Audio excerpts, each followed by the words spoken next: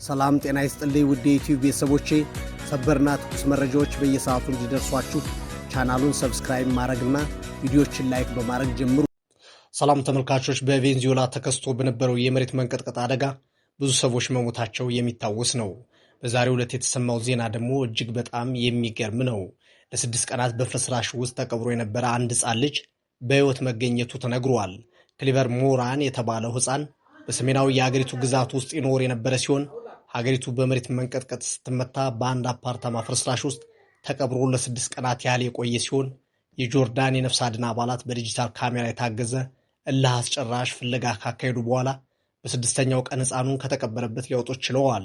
በአሁኑ ሰዓትም ሕፃኑ የሕክምና ክትትል እያደረገ የሚገኝ ሲሆን በጥሩ ጤንነት ላይ እንደሚገኝ የሕክምና ባለሙያዎች ተናግረዋል። በቬንዙዌላ ሰኔ 24 በደረሰው ከፍተኛ የሆነ የመሬት መንቀጥቀጥ አደጋ እስካሁን 2000 የሚጠጉ ሰዎች መሞታቸው ሲረጋገጥ 10,000 የሚሆኑት ደግሞ የአካል ጉዳት ደርሶባቸዋል ተብሏል። የተባበሩት መንግስታት ድርጅት በበኩሉ ወደ 50,000 የሚጠጉ ሰዎች የገቡበት እንደማይታወቅ ገልጿል። የአሜሪካው የህዋ ላይ የምርምር ተቋም ናሳ ደግሞ በሳተላይት ባገኘሁት መረጃ 60,000 አካባቢ የሀገሪቱ ህንፃዎች ወድመዋል ሲል አሳውቋል።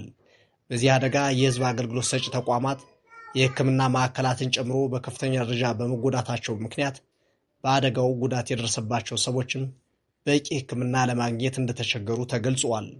የነፍስ አድን ስራውን ለማገዝ ከአሜሪካ፣ እስራኤልና ሜክሲኮ የተላኩ ቡድኖች በቬንዙዌላ ካራካስ ይገኛሉ። የዓለማችን የእግር ኳስ ኮከቡ ክርስቲያኖ ሮናልዶ ደግሞ 2 አውሮፕላን ሙሉ የተለያዩ የእርዳታ ቁሳቁሶችን በስሙ ወደ ሀገሪቱ እንደላከ የቬንዙዌላ ባለስልጣናት ተናግረዋል።